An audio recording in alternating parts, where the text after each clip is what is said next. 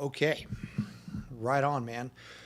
What's up, guys? Welcome to another episode of the Modern Day Sniper podcast. I'm Kalen, I'm your host, and I'm bringing to you guys a new way of doing podcast episodes, at least for Modern Day Sniper. What I'd like to do is be able to give you guys a different look and a different way of having information delivered to you. So, we're going to break up our podcasts into three distinct types in the coming future. And one of which is what you're seeing right now. And if you're listening and not watching, this podcast is just Kalen talking about the things that I'm seeing, that I'm witnessing, and that I'm experiencing as I navigate life as a precision rifle instructor full time. So, teaching classes all the time. We see a lot of different things. Our Modern Day Rifleman Network, we have a lot of different people that are coming through there, posting different things, talking about specific topics. And so this is just a way for me to talk to you guys about some things. And what spawned this was just doing a class debrief, because I just got back from Virginia teaching for our 5th year at Pig River, which is pretty badass. And we're going strong. We already booked again for next year. We're going to get into that. But yeah, that's what this podcast episode is going to be all about. We're going to talk about some debrief points from Pig River. Let's see here. We're going to talk about some different gear that I've been using. And we're going to talk about Black Friday, because that's coming up. We got some new stuff, new merchandise you guys can see. If you can't see because you're not watching and you're listening, I've got some new hoodies, and we're going to talk about that stuff. Our upcoming schedule, excuse me, which I know a lot of you guys are super pumped about, and we understand that we are kind of derelict on that right now. We're going to change that. And then future planning, what's going on with Modern Day Sniper, and what's happening in the future. So that's what this podcast is all about. And if you're one of those dudes with a super short attention span, and you're just like, hey man, give me the meat and potatoes, I want to make you guys aware before we get into the episode, we have Black Friday coming up. Everybody's doing Black Friday stuff. I get it. And it's part of this debrief and some things that I'm going to talk about from Pig River. You just simply cannot beat the master classes that we offer. They are the lowest barrier for entry into quality training that you can get to be as prepared as you possibly can be when you come visit an in-person class, if you ever so choose to do that. We have a lot of customers that simply rely on those master classes for their education, and then the Modern Day Rifleman Advantage program or Modern Day Sniper Monthly to augment them with up-to-date new information, classes, as well as training drills and shooting drills and things like that. But the master classes are all going to be 50% off during our Black Friday sale, so I'm super pumped about that. And we are going to be doing 15% off and free shipping from all of our merchandise. The range hoodies, our new hoodies with our new updated logo, some new t-shirts that I'm going to talk to you guys about. So yeah, it's all coming. So that's what we're doing this episode. You guys are going to hear directly from me. And let's start this thing off by talking about our Pig River debrief. So, Pig River debrief, 5th year.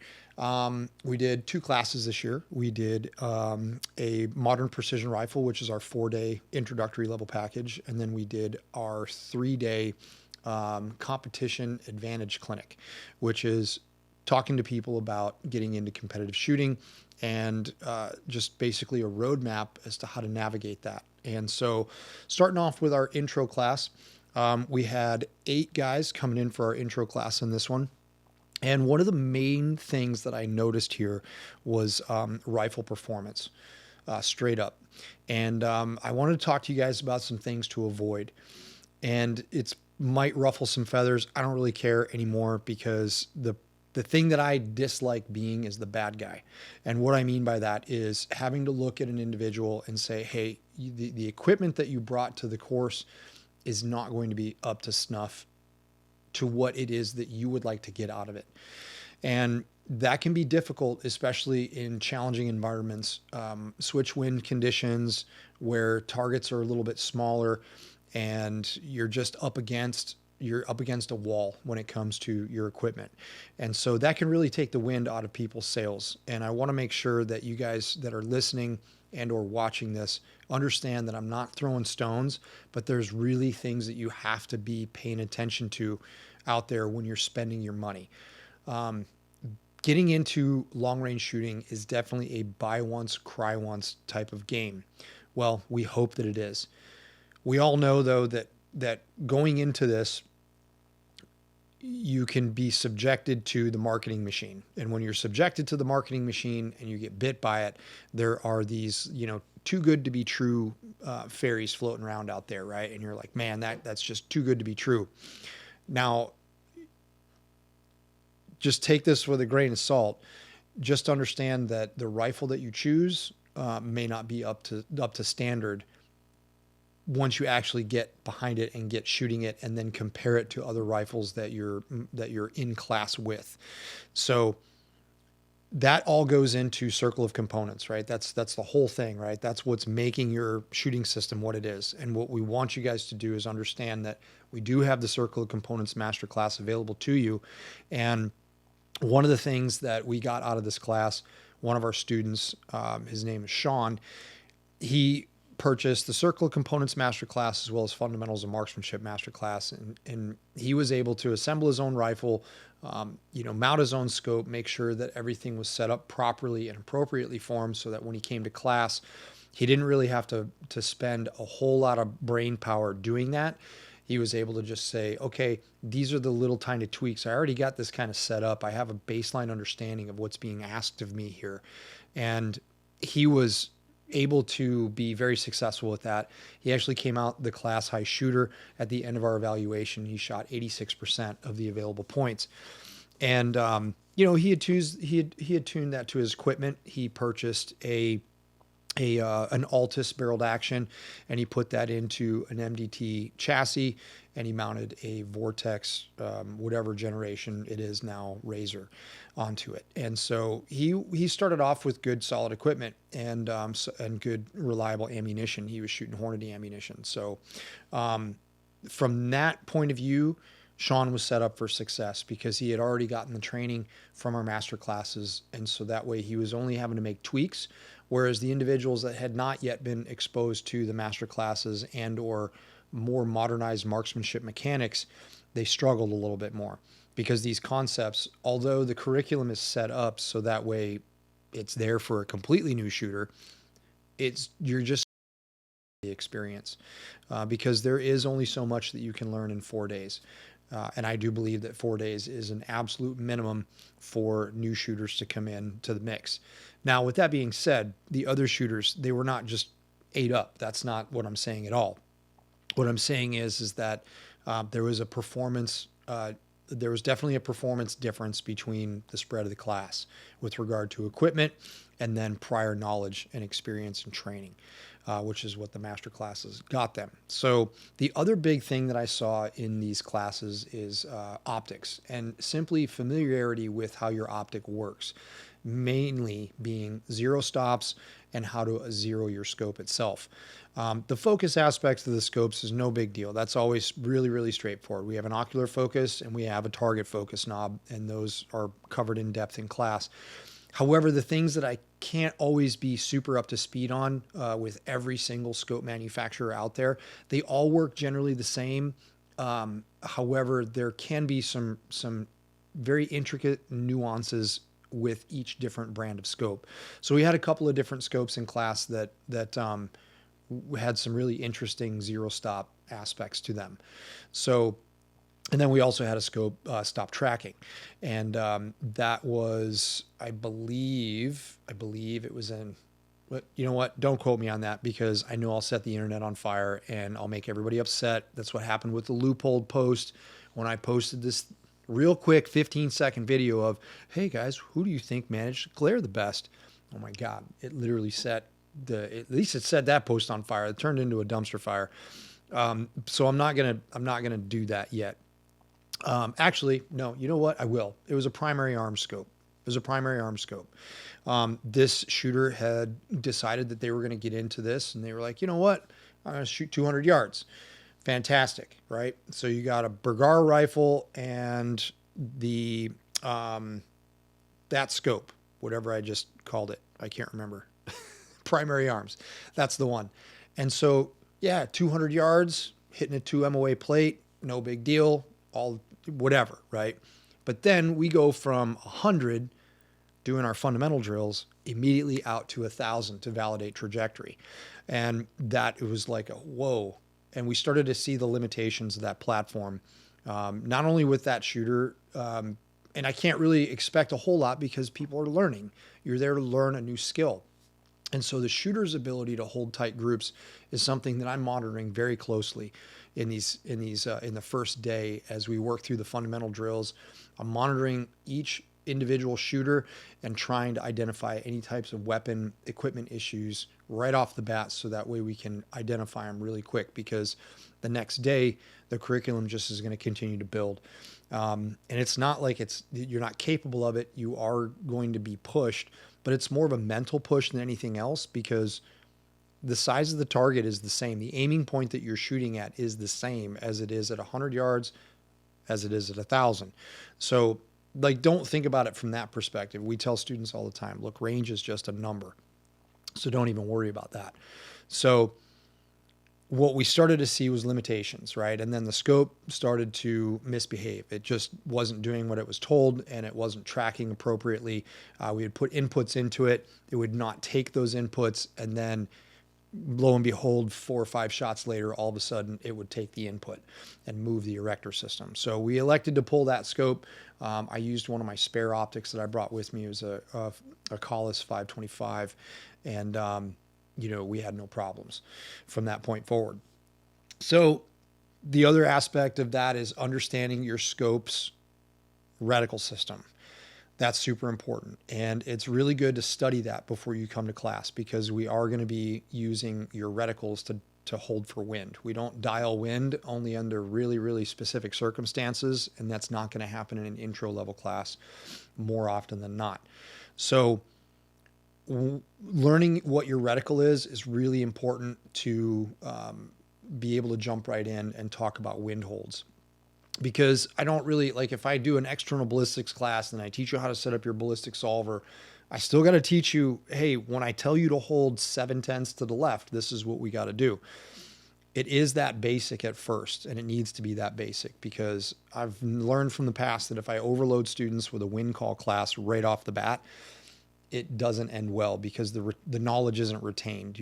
The brain is already just swimming, but there's so much stuff, right? So we don't do that. And so it really helps for students to have an understanding of what their reticle is. So if you're going to be showing up to a class, excuse me, pardon me. So if you're going to be showing up to a class, make sure that you understand how your optic works and how to set the 0 and 0 stops. That's super important. It's going to end up saving us a bunch of time. And if you have the ability to, make sure that you're looking into our master classes and or the Modern Day Rifleman Advantage program, so that way you can get yourself as spun up as you can and to get the most out of the class. We have a lot of people that show up to class very nervous. And what I mean by that is there's anxiety, meaning performance anxiety. Like, I don't want to be that guy, or I don't want to be the dude who takes up all the instructor's time. I don't want to be that guy. Well, guess what, man? When you show up to an in-person training class, you're paying us for our time. You're paying us to help you and guide you. So the class is only as strong as the weakest link. And that goes in any situation, no matter what. So the goal is to get everybody what they need, so that way we can all function as a group. And it usually works out that way. Like 99% of the time it works out that way. So understanding your equipment, understanding your circle of components, how it all works, is a real big leg up on the rest of the group if you have that knowledge coming into the class. So now, that was our intro class. We had a really rough weather day on day one. It rained so hard that it was really difficult to even keep targets sprayed onto the backers. So we did do a lot of stuff inside in the classroom, and every class is a little bit different based upon what it is that we have available to us. So the weather for the rest of the class was great after that, and we had some good winds that students were able to experience, and see winds that turned on, turned off, as well as winds that were shifting direction inside 30 degrees. And that was one of the big things that we showed students in that intro class as well, is with regard to wind. Now, we all know that we have from 12 o'clock to 3 o'clock and or 9 o'clock, that is 90 degrees on each side, making up 180. And then we look at it and we say, oh, well, each of those clock points is 30 degrees. When you see each of those clock points being 30 degrees, and then we start talking about wind values and percentages of the raw wind speed to the working wind speed, we're working in those increments of 50%, 90%, 100%, and 0% on the other end of the spectrum. Once you show someone what 30 degrees really is with regard to span, it really puts that value assignment into perspective. And when you're seeing wind shift, this is where I want to challenge people, and myself included. So if you can come off a stage and say the wind shifted on me or the wind dropped off on me, great. Can you shoot that entire stage on paper at 100 yards with 1.5 MOA circles and keep all of your bullets inside, I don't know, 3/4 of an MOA, right? Half the size of the target.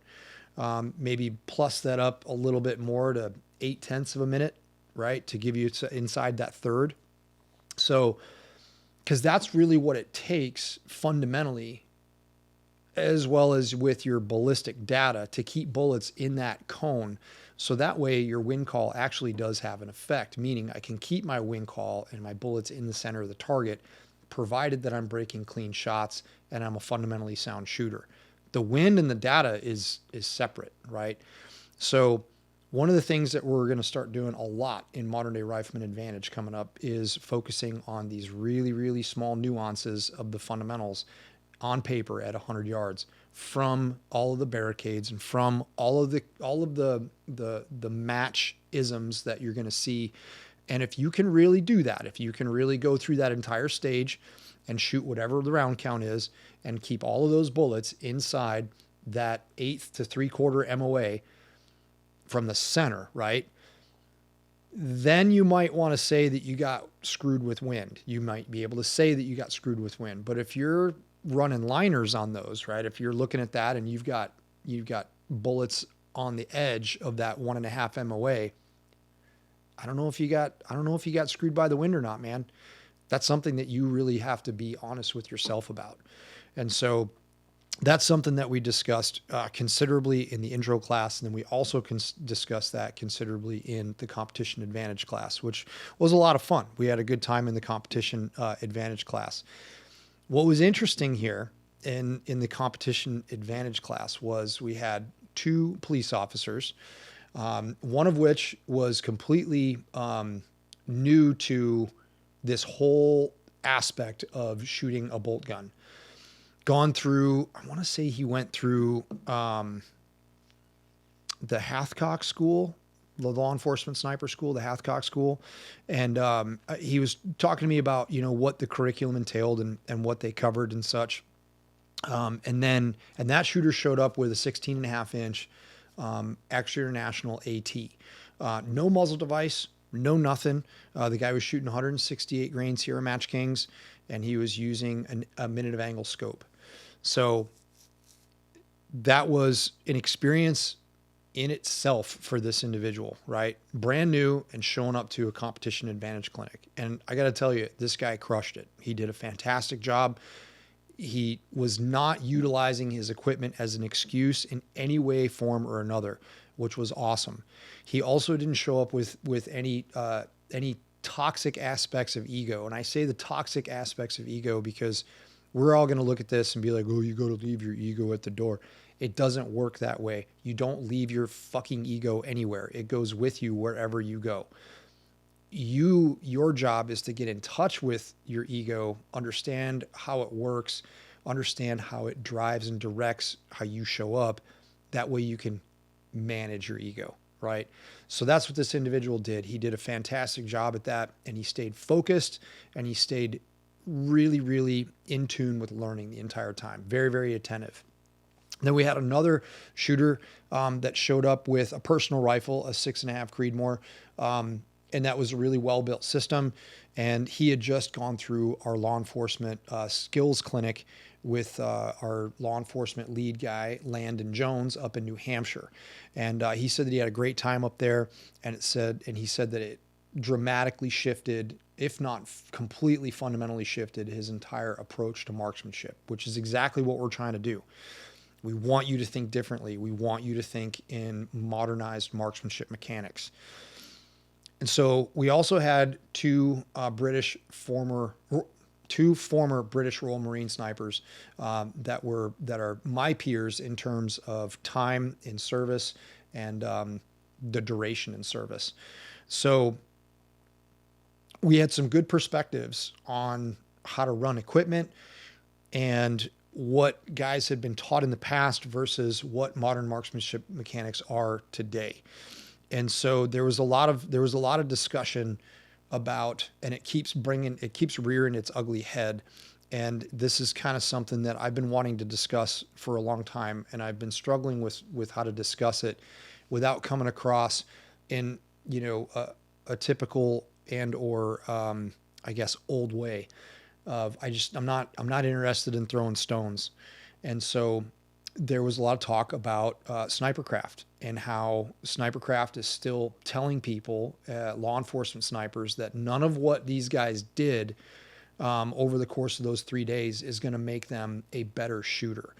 And that's just something that I have a major, major problem with. And the reason that I have a major problem with it is it truly does retard the growth of that community by telling people, professionals, to avoid a specific aspect of their job that would potentially, well, not even potentially, would undoubtedly give them an edge on their ability to run that rifle.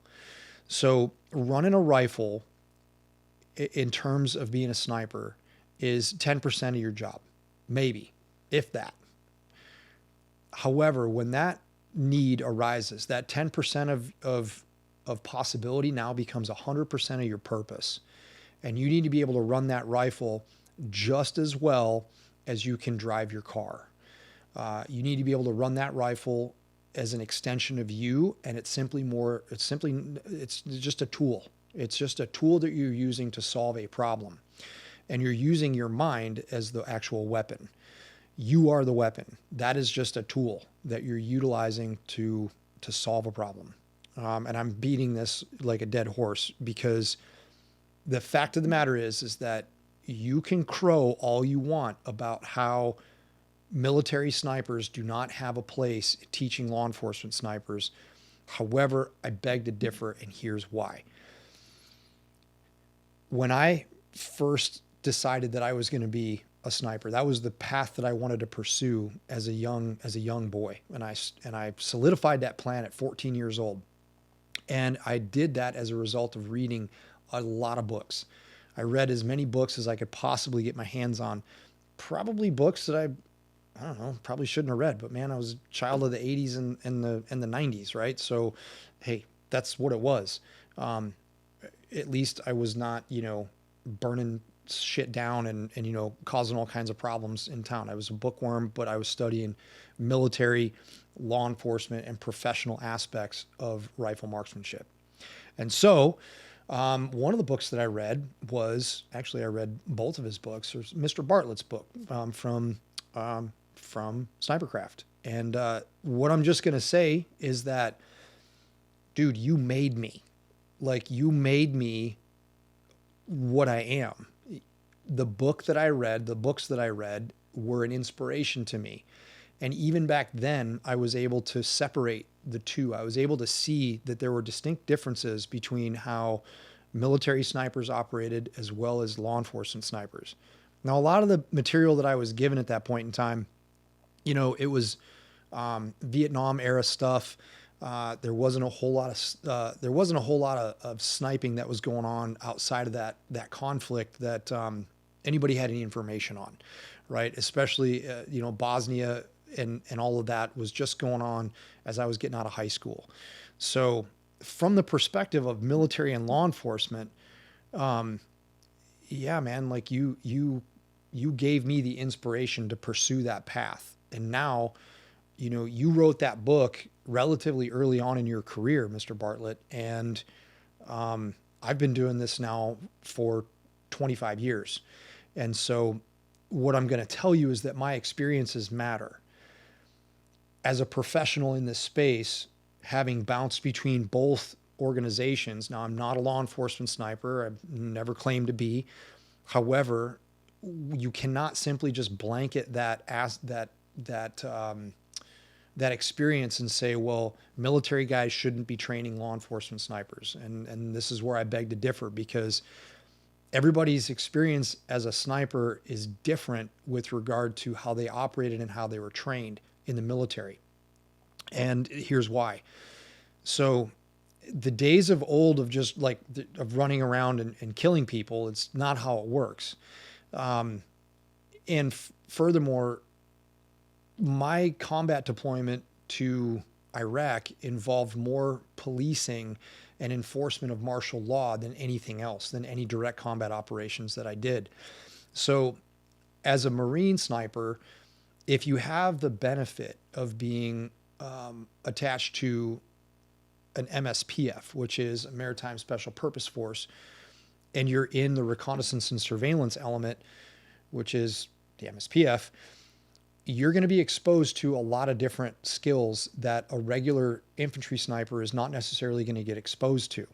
Things like urban sniper school, urban reconnaissance and surveillance courses, and then all of the other qualification exercises that go along with validating your ability to not only retain but practically apply that knowledge and skill through all of the various SOC X's and Fleet X's and X's and X's exercises that our units would have to go through to prove that we had the capability and capacity to run these missions and execute these missions.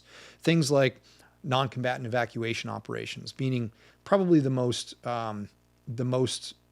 probable that we would be called upon, right? Look at Afghanistan botched pullout, Abbey Gate, right? That was supposed to be a non-combatant evacuation operation, which obviously turned out to be completely the opposite. So there's that hostage rescue stuff, which most likely everybody knows we would never, ever get that mission. However, we did train for it. We did understand what it meant to take those types of shots, and we were trained to that standard at our urban sniper course. So we learned how to do all of these things. Shooting up close inside 300 yards, understanding what your dope is inside 300 yards, shooting through glass and barriers, understanding what that all works, or how that all works, what bullets do what. We were doing this stuff in 99 to 2000 is when I was first exposed to it, and we were meticulously documenting our experiences. And now, granted, our bullet composition was less than desirable back then. However, we were able to see that, yeah, man, this is kind of sketchy. This is very, very unpredictable when we shoot through glass. And we knew that if we had to shoot through glass, that, hey, man, if that target's anywhere, past a few feet behind that glass, it might not be a viable option. So a lot of law enforcement departments in the Southern California area understood that that was the curriculum that we had at the Urban Sniper course, as well as applying all of those skills on a practical aspect at the Urban Reconnaissance and Surveillance course.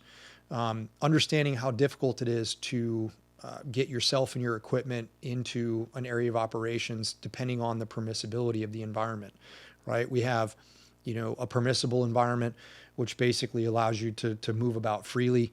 The risk of compromise is not going to cause your team serious bodily harm or death. Then we have semi-permissive environments where compromise is most likely mission failure, and you run a risk of getting into a direct conflict with the enemy. And then finally, a non-permissive environment being, hey, compromise is immediate failure, and we're going to have an immediate engagement with the enemy. And that's obviously not where we want to be as a reconnaissance asset. So all of those things like close target reconnaissance, understanding your bullet's trajectory at close ranges, we've been exposed to all that. Now, not every sniper is. There are a lot of snipers out there that don't get a chance to go through that level of training. And when they do go out there and start to train law enforcement officers, they revert back to what they do know, which is not applicable. Absolutely not applicable. If you're going to go out there and you're going to teach a law enforcement sniper how to use that abomination of a reticle called the Tremor 3, yeah, you don't belong anywhere near training a law enforcement sniper because you don't understand what they do and you don't understand their mission. So I think that we have a lot more parallels than we think. However, where I'm coming from is that I'm here to progress the craft and progress the trade. And I'm here to do that without shying away or cowering from making statements that might inflame other people's egos, because I don't really care about that stuff. What I care about is making sure that dudes have exactly what they need to go do their job and to do it very, very effectively. And that is a holistic approach when it comes to being a sniper, whether it be a law enforcement dude or a military dude. I'll say it again. The majority of my combat deployment was done doing area and route and zone reconnaissance missions, as well as a lot of close target reconnaissance and operating well inside sometimes 100 yards of the objective and providing overwatch for raids, providing overwatches for human intelligence interactions, all of those different things we all have experience doing. And so that experience matters. And if we can pass that on to law enforcement guys to say, hey man, these are the lessons learned that we took away from this experience, you can definitely apply that to what you do. Don't let anybody tell you anything different. Okay. So that's where I'm at with this.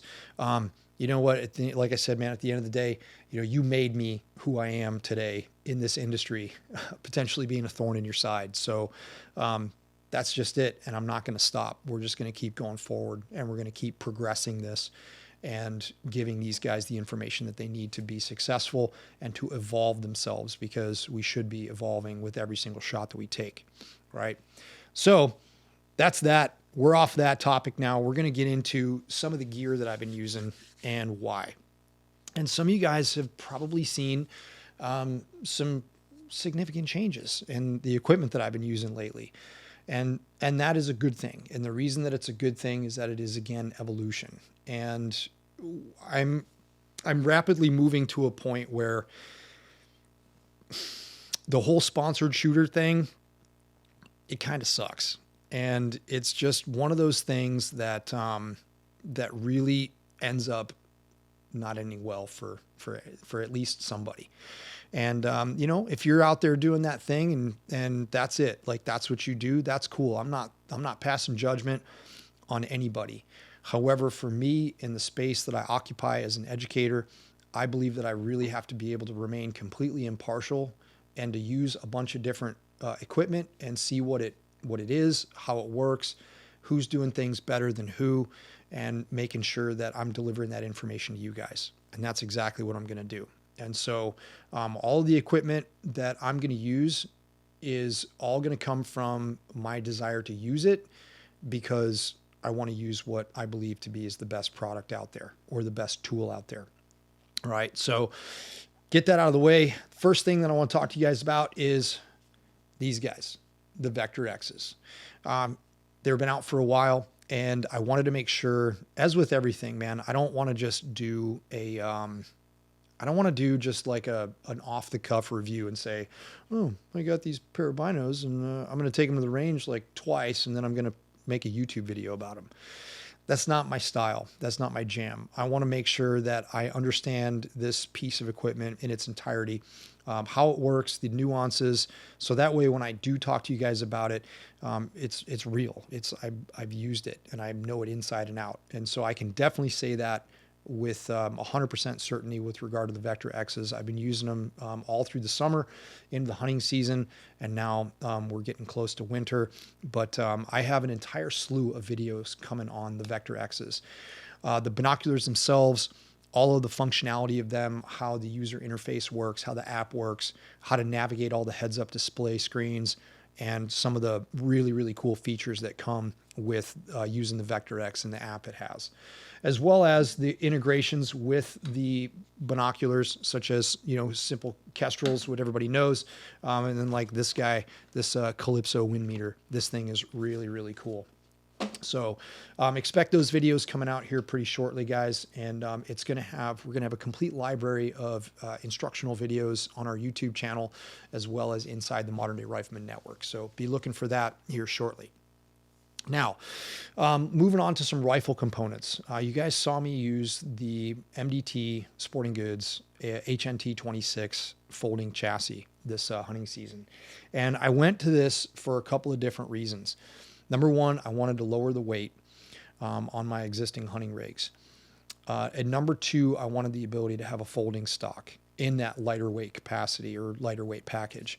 I didn't really want to have a suppressed barrel, up above the top of my rucksack, bushwhacking, and then having the buttstock hang low. It kind of like it hits me in the back of my thigh, and it's just kind of it's an annoyance. And I wanted to have a folder. We're also going to start doing some jumps, and having a folding stock is really trick for jumping and keeping gear manageable and low profile. So that's one of the reasons that I went to it. Now, my experience with that, with the Hunt 26, I was instantaneously impressed.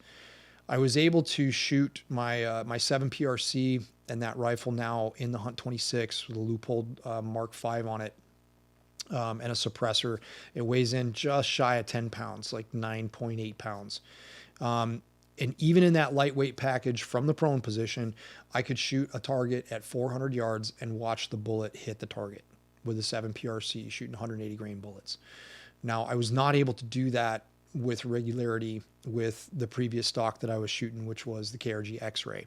And the thing that I'm going to say is that the rigidity between those two stocks is dramatically different. It's almost as if you can feel things flex, whereas with the Hunt 26, it's very rigid and the recoil impulse is very flat, and you feel like all of that recoil energy is just driving straight back to you in a line right through a real fine point in the butt pad of the stock itself. So I'm going to keep shooting that, and I'm going to do a comparison video this winter. I've just got so many different irons in the fire right now. I'm trying to manage them all. So what I'd like to do is just put some trigger cam footage for comparison, so that way you guys can see the difference in recoil impulse. Same thing, everything, same barrel to action, same suppressor, same bullet, just switching from one stock to another one. So that way you guys can see for yourselves what the recoil impulse looks like. It was super nice carrying a folding stock and dropping a couple of pounds. It was very, very noticeable, especially just walking around with the rifle. And I also wanted to make sure that whatever change that I made to the rifle, that I still had to be able to see where my bullet splashed to a certain degree of range depth, right? So shooting a 7 PRC that weighs less than 10 pounds from a tripod, from like a standing or a high kneeling position, yeah, you're still going to have some recoil management struggles with that, but everybody's going to. That's just something that you're going to have to deal with. But from the prone position is where I can evaluate this and say that there is a definitive advantage. So the next rifle part and or brand that you guys have probably seen me running is Accuracy International. And I'm going to begin to run Accuracy International for 90% of what I do with a bolt action rifle. The only exception to that is hunting rifles, because Accuracy International is a little bit on the heavy side when it comes to their system. However, they're not built as a hunting rifle. They were built to be the finest sniper weapon system ever designed on the planet, and I fully believe that they have done that. I've been exposed to Accuracy International for a really long time. I met Tom Irwin, who is now the owner of Accuracy International, way back in 2000, 2001 timeframe, when he was visiting 1st Marine Division Scout Sniper School as a sales representative, and he would bring rifles over to classes and give demonstrations. He would do things like change the barrel out, shoot a group, take the barrel off, put the barrel back on, shoot a group. He would, kick the rifle over, basically abuse it to the point where us as Marine infantrymen and then snipers, we would look at that and be like, well, okay, well, that could happen to your rifle. Obviously we don't want that to have happen to your rifle, but the fact that we could see that rifle take the abuse that it took and still withhold and retain zero. Now, granted, the optic is in there as well. And he did a lot of these demonstrations with Schmidt and Benders, which were a far cry from our loopholes, or our far cry from our loopholes, from our Unerdals. I mean, those old scopes, if you got them zeroed and you breathed on them wrong, you would lose your zero. So we would have, these huge eye-opening experiences when Tom would come down and give demonstrations on the capabilities of the system. And a lot of people would be like, well, why haven't you been shooting Action International from the get-go? Well, number one, I was poor. And when I got into this as a professional, I had a baby. I was, living in a really small home, and I was on one single income, and I didn't really have a whole lot of money. And the relationships that I had were with custom gun builders, and those custom gun builders were gracious enough to me to help me out at a really low cost, something that was affordable to me that I could get into the game with. And I just maintained those relationships ever since. And now moving into a more professional aspect of this line of work, there's only one tool for the job as far as I'm concerned, and that is Accuracy International.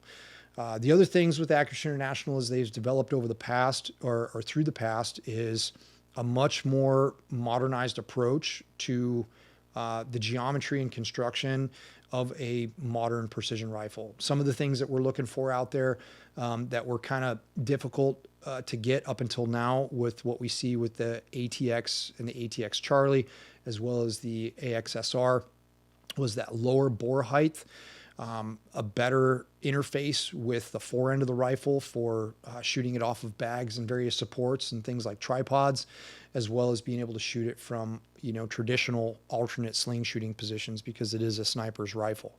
That's what it was designed for. So I'm super stoked for that. I've got my first AI coming, and it is going to be an ATX Charlie. And that'll be in hand probably first couple weeks of December after I get back from Arizona. So super stoked for that. And I'm going to give you guys a bunch of information. Not that you guys need to know a bunch of information about Action International. However, the new ATX Charlie, it's a completely redesigned bolt. The bolt lift issues with the weight of the bolt lift have been taken care of. And there's some geometry changes inside the bolt that make it a little bit more efficient. And, it's an AI, man. They just shoot. Every single one of them shoots, and they are robust and resilient, and they don't need to be bedded. They don't need anything, right? So it's just a true turnkey solution, and you can configure them for a bunch of different stuff. I'm going to shoot one of them for the NRL Hunter season. I'm going to try to focus my efforts more to NRL Hunter because it's, I think, more applicable to what the skills that I use my rifle for nowadays. And there's some other things that I'm going to be testing out this year with NRL Hunter that I think you guys are going to find interesting anyways. So there's that. Next thing that I'm looking at here is this guy. This is the Abelco theorem. Actually, this one's the S. This is the theorem right here. Okay. So I've been shooting these guys. No, I'm not cheating on Thunderbeast. They're still friends. Everybody's friends. About shit. Just listen. So this Abelco theorem, badass can, titanium, and it comes with interchangeable end caps or thread ends. So that way you can use the same can on multiple different threads. You can just unscrew this. And on this model here, you guys can see I have a muzzle brake attachment, not unlike Thunderbeast's RR version. And I've got a couple of those cans on the way to me. The boys over at Abelco, my man Serge, he's a super good shooter, really, really nice guy out of Southern California. He shoots out of San Diego, and he was like, "Hey man, you should probably look at these things." I'm like, "Okay, I'll have a look at them." So the muzzle brake here screws out from the end cap, and you can replace your end caps with enclosed end caps, vented end caps, and then you can also adjust the caliber dimension for each end cap, which is kind of cool. Now, with this muzzle brake here, this is insane. The amount of recoil reduction that's coming from this guy is madness. Okay, so I just shot this thing down in Virginia with a 16.5-inch ATX LE rifle, shooting 178 grain 308 bullets out of it. I was able to watch my splash from a barricade at 400 yards. That's really, really hard to do with a 308 shooting and a rifle that small and that light. The amount of recoil reduction that came from this thing is insane. So I'm really excited to put this on my competition rifle to see how it reduces the recoil of a BRA, and then compare it to some other suppressors that offer the same kind of capability. So that way, you guys can make your own choices. And I mean, sometimes these things could look like Chevy, Ford, Dodge when it comes to performance, because everybody's going to probably try to get into this mix of, recoil reduction with a suppressor. So that's where I'm at with that, and expect to see more from me on that stuff. I can't talk. Okay. Various hunting bits, some things like Mountain Gear New Zealand. I tried out their axe this year. I tried out their bipod, their ultralight bipod. It's super badass for hunting. Let's see, what else? Some game bags. I bought some Argali game bags, and then Stone Glacier came out with their game bags right away, or right after that. But I'll try those out. Some new Stone Glacier clothing. But pretty much everything of my hunting kit has remained the same, with the exception of a couple of little accessories here and there. But most notably the Mountain Gear New Zealand stuff, which is awesome. I'm going to do a little bit more review on all of that stuff individually for the YouTube channel coming up. So some other things. Another topic of discussion that is funny. It's actually really, really hilarious. And it is this whole rock slide scope drop test. I was exposed to it not too long ago, and I remember watching it going, what are you guys doing? Why are you doing that? That's ridiculous. Stop doing that. Stop dropping your rifle to see if it's going to lose zero. And I ran this through a couple of other guys that I know in the industry that are subject matter experts, not only with rifles themselves, from being and having a background as a custom gun builder, moving into a law enforcement professional, using weapons more as tools, and then as a hunting guide, and now as an editor for a magazine, right? That he does nothing but shoot rifles. And then I also have a really close friend of mine who works for an optics company. It's Loopold. I'm not going to lie to you guys.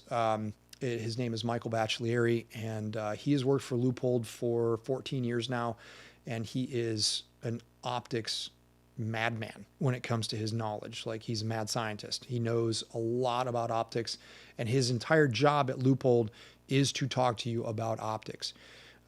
He runs the government training side of things, and Michael has put together this presentation that is absolutely phenomenal. If you sit through the whole thing, it's a good full day. It's about 6 hours worth of instruction. And the stuff that he goes through is not specific to Loopold. That's one of the things that he makes very, very clear at the beginning of the presentation, is that, like, look, this is Loopold branded. I get that. But we're talking about optics in general. We're talking about optical systems. We're talking about the real aspects of light transmission, the coatings on lenses, how the optic works mechanically, and all of the things that go into building one. It is an incredible seminar, and I've sat through it like 9 times now over the years. And every time I sit through it, I learn something new. And Michael just has a real awesome way of using a lot of anecdotes and a lot of life experiences to solidify some of these concepts. So if you have the opportunity to sit through his seminar, we did bring him into the Modern Day Rifleman Network in the Advantage program. We're going to be bringing him back in 2025 because he's just an awesome resource for that stuff. And I ran this by Michael, and I was like, I see a lot of problems with the validity of a test like this. What do you think? And, Michael's opinion was very, very similar to mine. He said, that's ridiculous. Now, the thought process is that everybody wants to know, is my scope going to lose zero? I don't know. It could. It very well could lose zero. And the scenarios that are being used as to what's going to happen when you lose your zero, well, most of it's in a hunting context. I had a horse wreck. I fell down a mountain. I whacked my rifle on the side of a tree while I was, backpacking into my spot. You name it, right? Whatever. The fact of the matter is that if any of those things happen, you should be able to check your zero. You should be able to stop and say, you know what, man, I'm going to go find a rock. I'm going to go check my zero on rocks. People do that all the time. It doesn't spook animals. You're in a situation where you probably can't shoot anyways, because if you have that doubt, which you absolutely should, any type of impact to your optic or to your rifle has the propensity to shift things around. Now, are there things that we can do to prevent that from happening? Yes, absolutely. But there are way too many factors to be able to single out one or two drops or however many drops you want to do it. There is nothing scientific to that method whatsoever, because you would have to do things, each individual component, over 100 times in each of those different scenarios in order for that to be truly valid, which is not practical.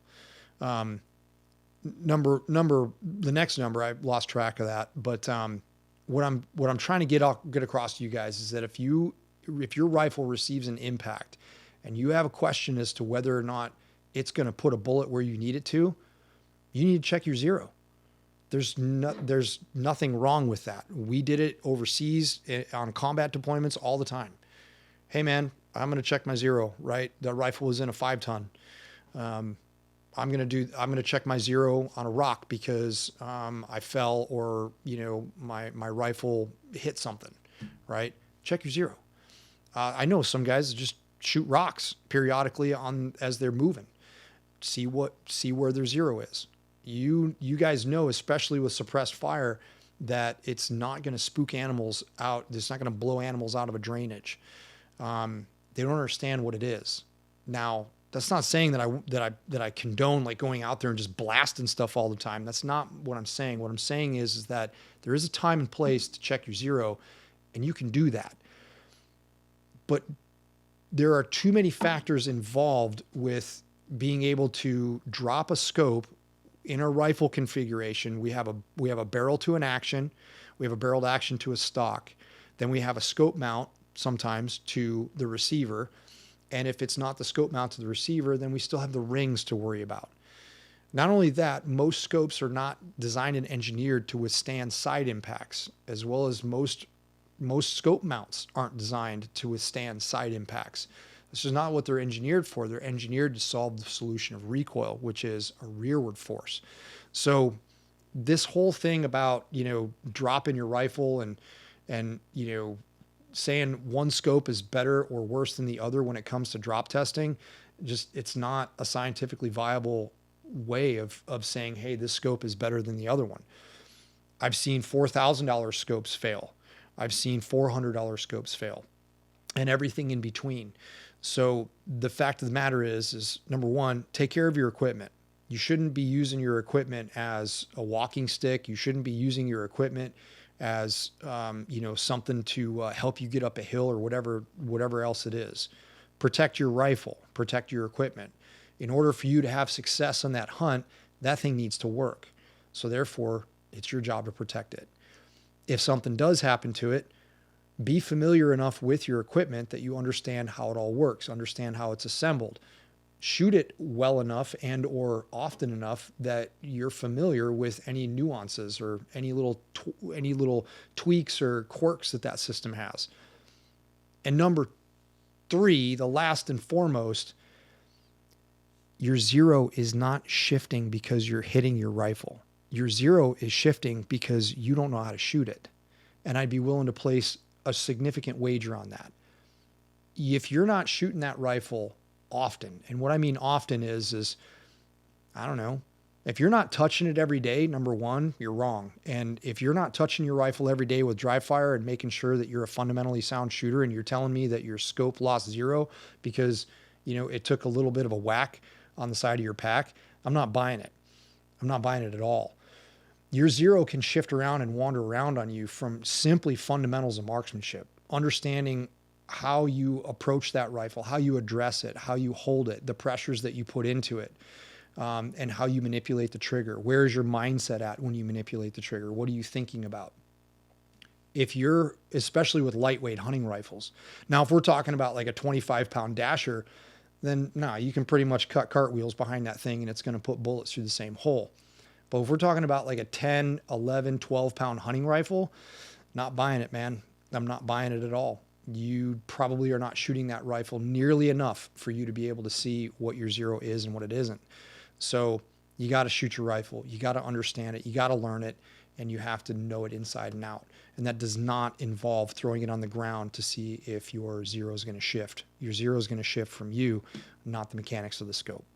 So sorry, man. It is what it is.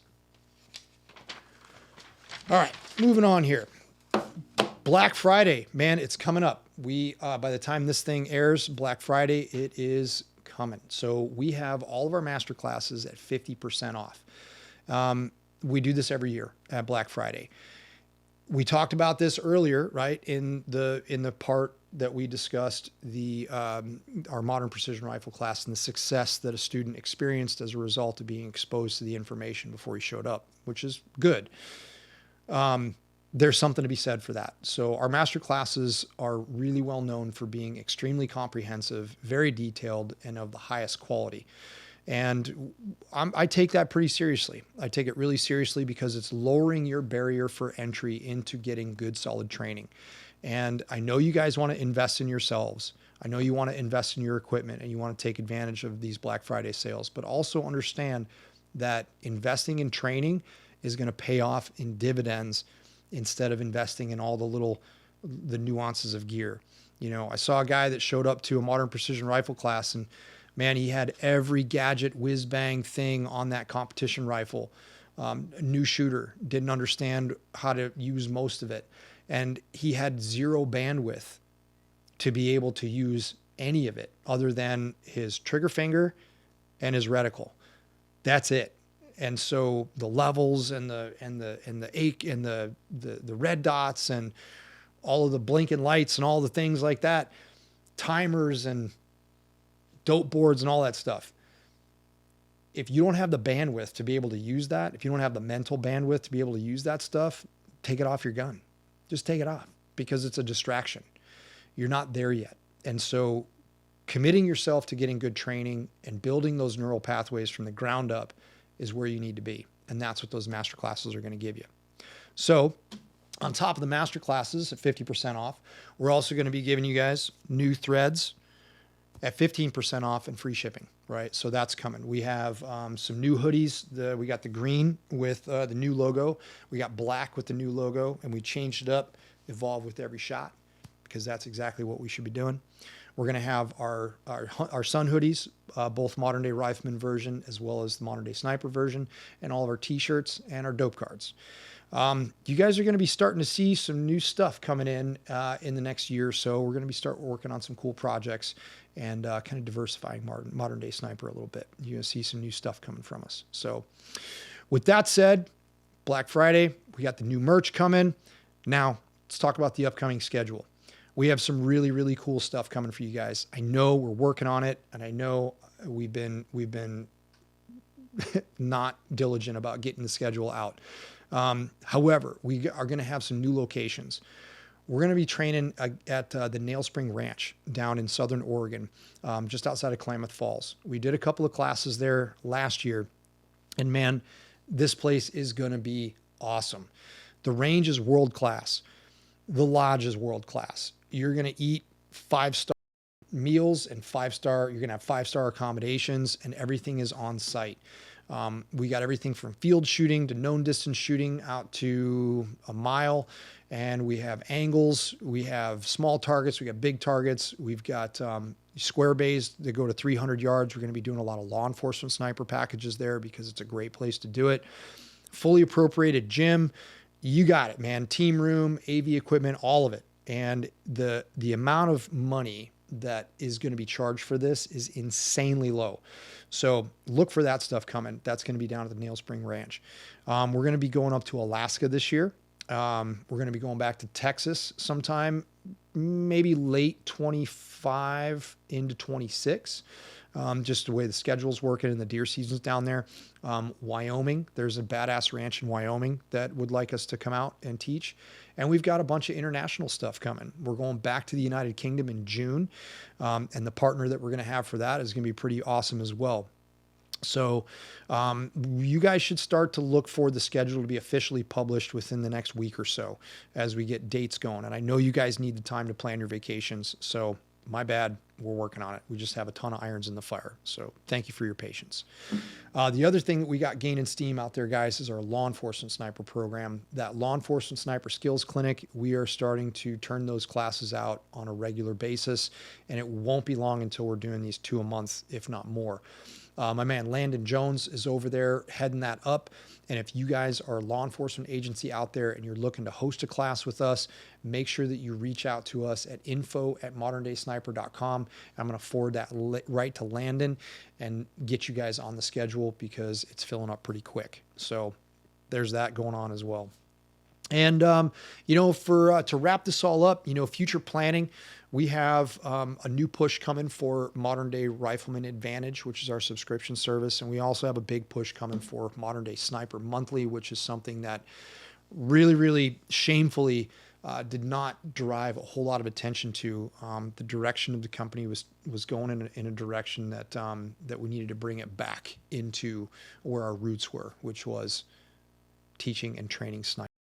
And so Modern Day Sniper Monthly is coming, and there's going to be all kinds of exclusive content in there specifically for professional snipers that you're not going to get anywhere else. We got a ton of awesome guest speakers that are going to come in there, and our goal is to really blow that thing up and to show you guys what you're all missing out on from the professional side of the house and give you a home to go get it and to satiate that need for knowledge. That's what we got going on, guys. This was our very first single podcast episode. I've done a couple of them, but not video. This was kind of weird just looking at the camera, but I hope you guys enjoyed it. If you are listening to the episode, thank you for listening. And we're going to wrap this up by saying, hey man, everything that we do, we need to make sure that we're being absolutely true to ourselves. We have to remain present for every single moment where we're shooting our rifles, as well as any time that we're training. And we need to make sure that we are going to evolve with every single shot that we take. We should be learning as much from our misses as we do from our hits, and vice versa. Don't sit there and dwell on all the misses. Focus on your wins too, and make sure that you're looking at this and having fun every time you go out and shoot. So thanks for listening, guys. We'll talk to you again with the next episode coming up here shortly. And we're going to bring you guys some badass guests coming in 2025 and a whole new fresh look for Modern Day Sniper and Modern Day Rifleman. So thanks, guys. Take it easy and enjoy the holidays.